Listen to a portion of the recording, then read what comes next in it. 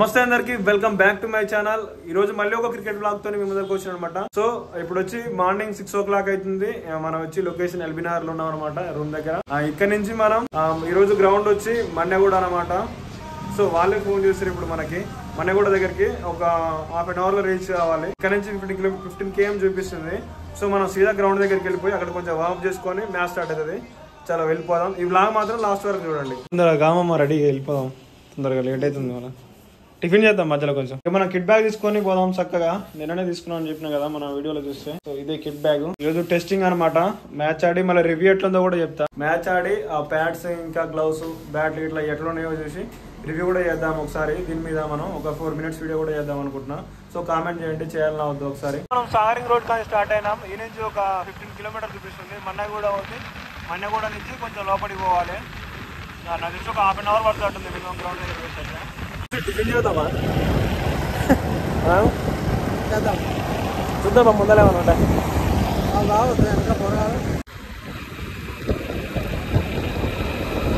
మంగులు కూడా ఉన్నాయో.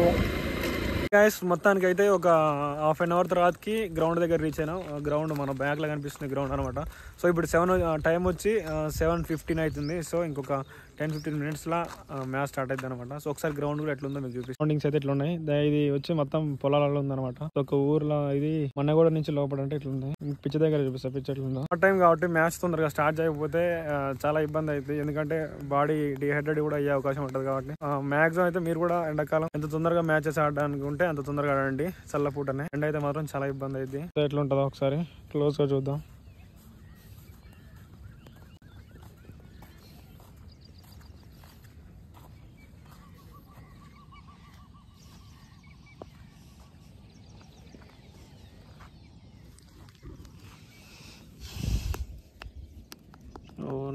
ఇప్పుడే పిచ్ చూసిన అనమాట. నాకైతే ఏమనిపిస్తుంది అంటే బాల్ ఫస్ట్ ఇన్నింగ్స్ బ్యాటింగ్ చేయడంలో కొంచెం ఆగి వస్తుంది. ఎందుకంటే కొంచెం పచ్చిగా ఉందన్నమాట, వాటరింగ్ చేసారు, ఆగి వస్తుంది అనమాట. సెకండ్ ఇన్నింగ్స్ బ్యాటింగ్ చేయడంలోకి అయితే కొంచెం బెనిఫిట్ ఉంటుంది. ఎందుకంటే అప్పుడు కొంచెం ఎండ కొట్టి డ్రై అవుతుంది కాబట్టి బ్యాట్ అప్పుడు కొంచెం స్ట్రైట్గా బాల్ కొంచెం బ్యాట్ మీద స్ట్రైట్గా వస్తుంది అనమాట. సో మాక్సిమం టాస్ గెలిస్తే అయితే బౌలింగ్ తీసుకుంటే బెనిఫిట్ ఉంటుంది. నాకు తెలిసి దీని మీద వికెట్ మీద అయితే ఒక మంచి టీం అయినా కూడా 140-160 చేయగలుగుతారు. అంటే బౌలింగ్ టీము 2 టీములు స్ట్రాంగ్ ఉంటే 140-160 చేయగలుగుతారు. సో అంతే. ఇంకా సెకండ్ ఇన్నింగ్స్ వాళ్ళకి కొంచెం ఈజీ ఉంటుంది చేజింగ్ కి. సో టాస్ గెలిస్తే కొంచెం బౌలింగ్ తీసుకునే ప్రయత్నం చేయాలి. టాస్ వేసారు. టాస్ అయితే ఆపోజిట్ టీం వాళ్ళు గెలిచారు. వాళ్ళు బ్యాటింగ్ చూస్ చేసుకున్నారు అనమాట. సో మనకు కావాల్సింది కూడా అదే, మనది బౌలింగ్. ఇప్పుడు మన వాళ్ళు వామ్ కూడా చేసుకుంటున్నారు back side. So next match లాగా మొత్తం ఫుల్ క్లియర్ గా చేసండి. ఆపోజిట్ బ్యాట్స్మెన్ ఇప్పుడే గ్రౌండ్ లోకి ఎంటర్ అయ్యారు. మ్యాచ్ స్టార్ట్ కాకపోతుంది ఇంకొక 5 నిమిషాల. ఎగ్జాక్ట్లీ నేను అనుకున్నట్టే మ్యాచ్ మార్నింగ్ టైం కాబట్టి బాల్ అయితే డిప్ అయి వస్తుంది బ్యాట్ మీదకి, స్ట్రైట్ గా రావట్లేదు. మా బౌలర్స్ అయితే పవర్ ప్లే ఫస్ట్ ఓవర్ నుంచే చాలా మంచిగా బౌలింగ్ చేశారు, డిసిప్లిన్ గా బౌలింగ్ చేశారు. అందువల్ల వాళ్ళు పెద్ద షాట్స్ ఆడలేకపోయారు అనమాట. 4th ఓవర్ లో వాళ్ళ ఫస్ట్ వికెట్ లాస్ అయ్యారు, అది 24 runs కి. ఇక ఆ తర్వాత కూడా కంటిన్యూస్ గా వికెట్లు పడుతూనే ఉన్నాయి. పవర్ ప్లే అయిపోయేసరికి వాళ్ళ స్కోర్ వచ్చి 45, ఒక వికెట్ నష్టానికి. ఇక వాళ్ళ సెకండ్ వికెట్ వచ్చి 50 runs కు పడ్డది, అది కూడా 8th ఓవర్ లో. ఒక ఎండ్ నుంచి వికెట్లు పడుతున్నా వాళ్ళ ఓపెనర్ ఎస్ఎన్ బాబు అని చాలా మంచిగా బ్యాటింగ్ చేసిండు అన్న. ఇక వాళ్ళ థర్డ్ వికెట్ వచ్చి 11th ఓవర్ లో పడ్డది, అది కూడా 70 runs కి. ఇక 15 ఓవర్లకి వాళ్ళ స్కోర్ అయితే 105, 4 వికెట్లు. అప్పటికి కూడా కంటిన్యూస్ గా వికెట్లు కోల్పోతూనే ఉర్రు. ఇక లాస్ట్ 5 overs అయితే మా ఆపోజిట్ టీం చాలా మంచిగా ఆడిరు. రన్ రేట్ అయితే చాలా మెరుగుపరుచుకున్నారు. అభి 45 అనే wicket keeper cum batsmen 11 balls లో 22 runs స్కోర్ చేసిండు. దానికి తోడు 5th down లో వచ్చిన సి విజయ్ కుమార్ బ్రో కూడా చాలా మంచిగా ఆడిండు. 17 balls లో 23 runs స్కోర్ చేసిండు విత్ 4 fours. ఇక మొత్తానికి వాళ్ళ టీంలో ఏ స్కోర్ వచ్చి ఎస్ఎన్ బాబు 50 balls లో 57 runs స్కోర్ చేసిండు. దాంట్లో 6 4లు 2 6లు ఉన్నాయి. ఇక నా బౌలింగ్ విషయానికి వస్తే నేను 1 over వేసి 6 runs ఇచ్చిన. ఇక మా వాళ్ళు అయితే బౌలింగ్ చాలా మంచిగా వేసిర్రు. మా తమ్ముడు 4 overలు వేసి 22 runs ఇచ్చిండు విత్ 2 wickets. ఎకానమీ అయితే 5.50. నెక్స్ట్ భరత్ కుమార్ గల్లా 4 overలు 34 runs, 1 wicket. కేకేసి రిహాన్ 4 overలు 40 runs, 2 wickets. ఇక మిడిల్ ఆర్డర్ లో అయితే శరత్ కుమార్ బ్రో చాలా మంచిగా వేసిండు. 2 overలు వేసి 15 runs ఇచ్చి 2 wickets తీసిండు. ఇక 20 overs కంప్లీట్ అయ్యేసరికి వాళ్ళ కంప్లీట్ స్కోర్ 155, 7 wickets నష్టానికి.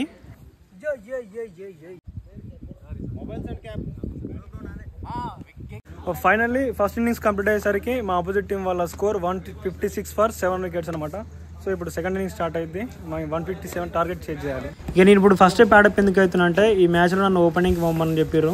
సో అందుకే నేను కొత్తగా తీసుకున్న కిట్ని అన్బాక్సింగ్ చేసి ఫస్ట్ మ్యాచ్లోనే ఈ మ్యాచ్లో ఓపెనింగ్ పోదామని చూసిన.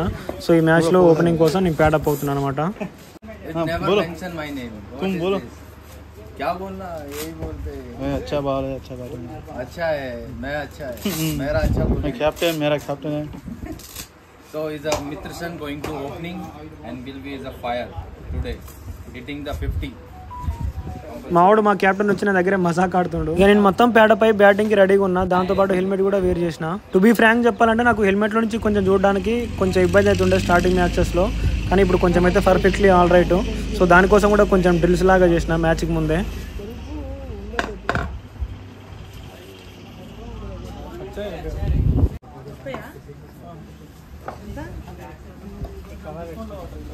ఇక మొత్తానికైతే యుద్ధానికి సిద్ధమైన అంతా వేర్ చేసి ఉన్న హెల్మెట్, బ్యాట్లు, ప్యాడ్స్ అన్ని.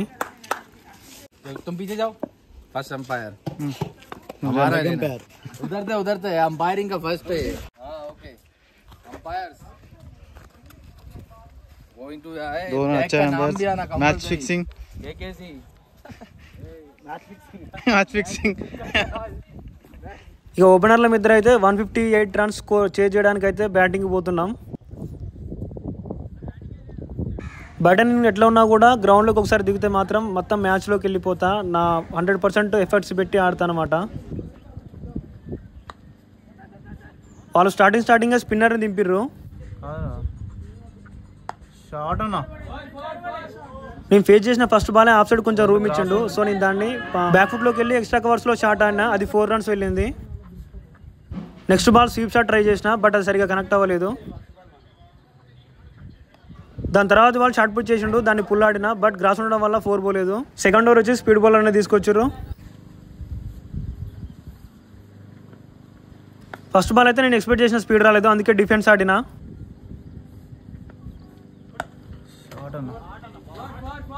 ఇక నెక్స్ట్ బాల్ మళ్ళీ షార్ట్ పిచ్ బాల్ వేసిండు. ఈసారి అయితే ఫ్రంట్ ఫుట్లో ఫుల్ కొట్టిన, అది 4 రన్స్ పోయింది.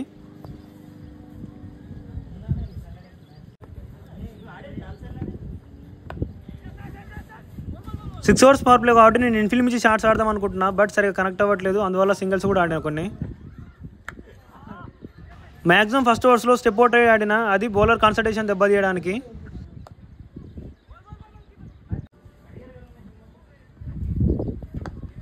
లూజ్ బాల్ దొరికినప్పుడు షాట్స్ ఆడినా, కొంచెం టైట్ బాల్ వచ్చినప్పుడు సింగిల్స్ తీసుకుంటూ ఆడినా. ఇక ఈ బాల్ అయితే అవుట్ ఆఫ్ ది గ్రౌండ్ వెళ్ళింది. ఆ టైమింగ్ ఫ్రంట్ ఫుట్లోకి వచ్చి కొట్టిన తీరు మాత్రం మంచిగా అనిపించింది. సో సౌండ్ కూడా స్వీట్ సౌండ్ వచ్చింది. 6 రన్స్.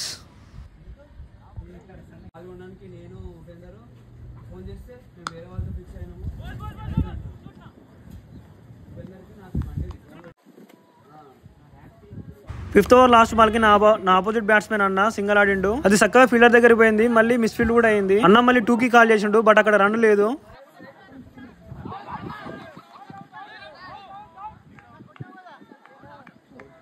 నేనైతే అనవసరంగా రన్కి పోయినా, అక్కడ రన్ లేదు, అనవసరంగా రన్ అవుట్ అయినా ఈ మ్యాచ్లో అయితే. అప్పటికి నేను డై చేసిన, బట్ ఆల్రెడీ ఫీల్డర్ ఫాస్ట్ ఉన్నాడు, బౌలర్ చేతులకు ఇచ్చేసిండు, స్టంప్స్ కొట్టేసిండు. నాకైతే చాలా బాధ అనిపించింది. ఇక నేనైతే 15 బాల్కి 20 కొట్టినా, దాంట్లో 2 4లు 1 6 ఉన్నాయి. 5 ఓవర్స్ కంప్లీట్ అయ్యేసరికి టీమ్ స్కోర్ వచ్చి 42, 1 వికెట్. సో ఇప్పుడు 8 ఓవర్స్ స్కోర్ వచ్చి 62, 1 వికెట్. నేను వెళ్ళాక పవర్ ప్లే లాస్ట్ ఓవర్లో అవుట్ అయినా అనమాట, రన్ అవుట్ అయినా. నేను 15 బాల్స్లో 20 రన్స్ చేసిన, 2 4లు 1 6 కొట్టాను అనమాట. సో కొంచెం మనలో మీడియం పేసెస్ కాబట్టి కొంచెం బ్యాట్కి సరిగ్గా కనెక్ట్ అవ్వట్లేదు. 10 ఓవర్స్ కంప్లీటెడ్. స్కోర్ వచ్చి నాకు తెలిసి 70 దగ్గర ఉన్నది, 70+. స్కోర్ ఎంతనా? స్కోర్ 70 ఉందా?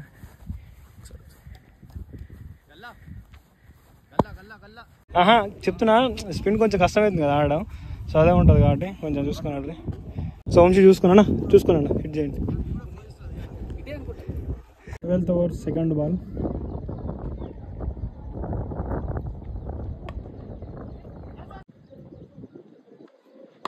షార్ట్ రా.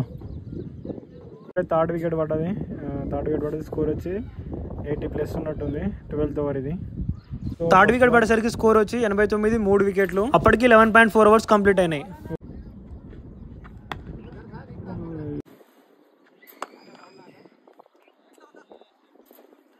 13th over last ball.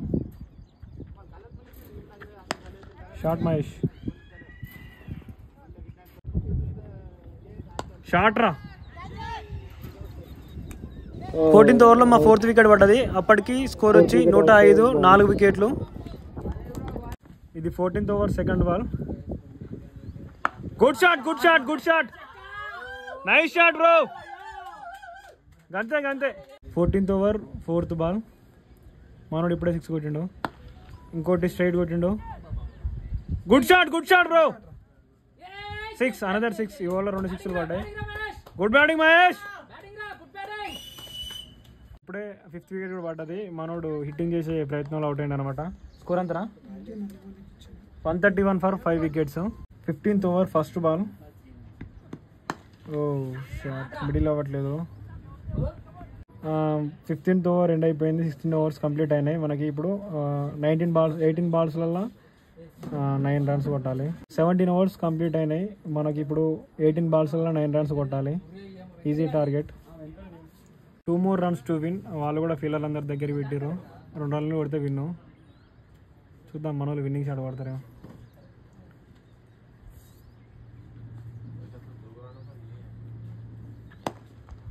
ఓ straight.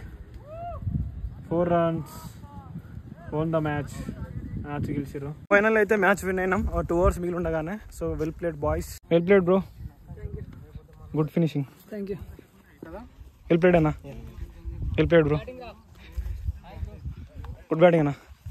Well played bro. Well played bro. Well played bro. Well played bro. మేమైతే మ్యాచ్ విన్ అయినాం అనమాట. వెల్ ప్లేడ్, అందరు చాలా బాగా ఆడారు. తలా ఒక చేసి మ్యాచ్ గెలిపించారు అనమాట. సో ఇలాంటి మరిన్ని బ్లాగ్స్ కోసం మన ఛానల్ని తప్పకుండా సబ్స్క్రైబ్ చేయండి. ఇట్లనే కంటిన్యూగా బ్లాగ్స్ వస్తుండే అనమాట. మనకి ఒక 2-3 మ్యాచెస్ తర్వాత పక్కా గోప్రో తీసుకుందాం, ఫుల్ టైం బ్లాగ్స్ చేద్దాం. ఓకే.